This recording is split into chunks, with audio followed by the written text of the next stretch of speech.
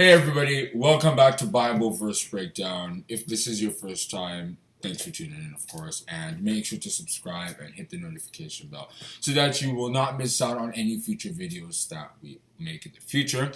Anyway, we're going to be looking at Revelation chapter 3 verse 10 today, where Jesus Christ said, "Because thou hast kept the word of my patience, I will also keep thee from the hour of temptation, which shall come upon the whole world to try them that dwell upon earth." Job gave us a statement that makes this verse very easy to understand, and that's Job chapter 12 verse 11. "Doth not the ear try words, and the mouth taste his meat?"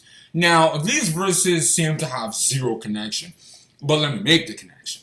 Essentially, it's that when we hear something, we usually try the words. That is, we test them. We first of all see if we understand it, we see if we can make sense of it, and three, we see if we agree with those words. Do we believe that this person is right? Do we believe that what he's telling us, or he or she is telling us, is right?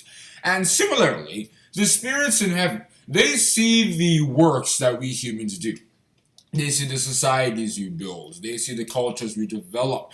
They see some of the religions, apart from, Christianity and all that we create for ourselves, and other stuff in that direction. And just like we human beings test things, they test those things. They say, oh, look at what these human beings are doing. Let's see how stable or good it is. And they throw certain things, like temptations in a way. And depending on how strong that institution is, we'll immediately see it by whether it stands or not. A very practical example of this is what God did to Egypt in Exodus chapter 7 to 12. The 10 plagues were like tests. He threw them in, and you can see that the Egyptian Empire, when I say the Egyptian Empire, the idea of the Egyptian gods, their honor for them at that time, it collapsed because God executed judgment on them, and they were proven to have no power. So he tried them, he tested them, and essentially they fell or collapsed.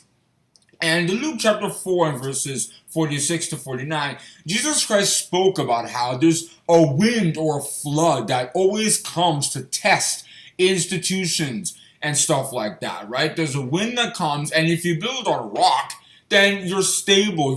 What you're building on is reliable, and when that thing comes, your thing will not break. But if you build on sand, something that is unstable, unreliable, in the moment something like that comes, it eventually sweeps it away, and sometimes the fall of it is great. And in Revelation chapter 18, I'm not going to get into that, of course, but it describes how apostate Christianity, the system of religion in this world, especially having to do with the history of Christianity and how there were powerful spiritual leaders and other things like that, we can see that it's beginning to collapse in our time. And Jesus prophesied in that Luke chapter 6 from verses 46 to 49 that the fall of that system Satan set up would not just be, but it would be great. That is, people would remember it from generation to generation. But like I said, that's a subject for another day.